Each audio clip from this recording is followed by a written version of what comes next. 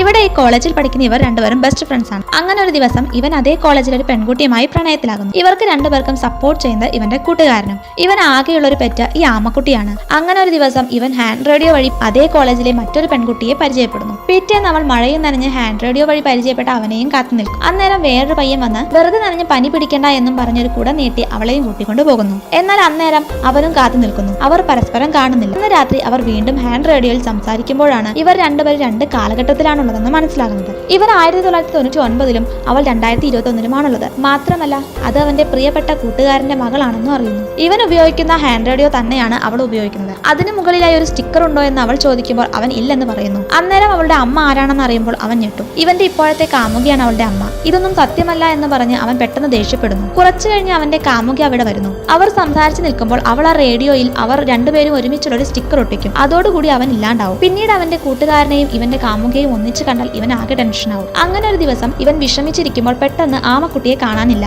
എന്നെ ഒറ്റയ്ക്കാക്കി നീയും പോകല്ലേ എന്നും പറഞ്ഞ് അതിനെയും തിരക്കി മഴയത്ത് പോകുന്നു. അന്നേരം ഇവന്റെ കാമുകയും കൂട്ടുകാരനും കൂടി ആമക്കുട്ടിയെയും വെച്ച് അവിടെ നിന്ന് സംസാരിക്കുന്നത് കാണുമ്പോൾ ഇവൻ മനം തൊന്നു നിൽക്കും. അവർ തന്നെയാണ് ഒന്നിക്കേണ്ടത്, എന്റെ പ്രണയം സ്ട്രോങ് അല്ല എന്നും പറഞ്ഞ് അവൻ അവിടെ നിന്ന് വേറെ എങ്ങോട്ടോ പോകും. അങ്ങനെ 2021-ൽ അവൾ ഇവനെ കാണുമ്പോൾ ഞാൻ കാരണമാണ് നിങ്ങളും എന്റെ അമ്മയും തമ്മിലുള്ള പ്രണയം വേർപിരിഞ്ഞത് എന്ന് അവൾ പറയുമ്പോൾ എന്റെ പെറ്റ് ആമക്കുട്ടിക്ക് സുഖമാണോ എന്ന് അവൻ ചോദിക്കുന്നു. അവനിപ്പോ വലുതായി, സുഖമാണെന്ന് അവൾ പറയുമ്പോൾ അവൻ ചിരിക്കും. അന്ന് അവൾ മഴയത്ത് നിന്നപ്പോൾ ഇവന്റെ കയ്യിൽ കുട കൊടുത്തിട്ട് അവളെ സഹായിക്കാൻ പറഞ്ഞതും ഇവൻ തന്നെയാണ്.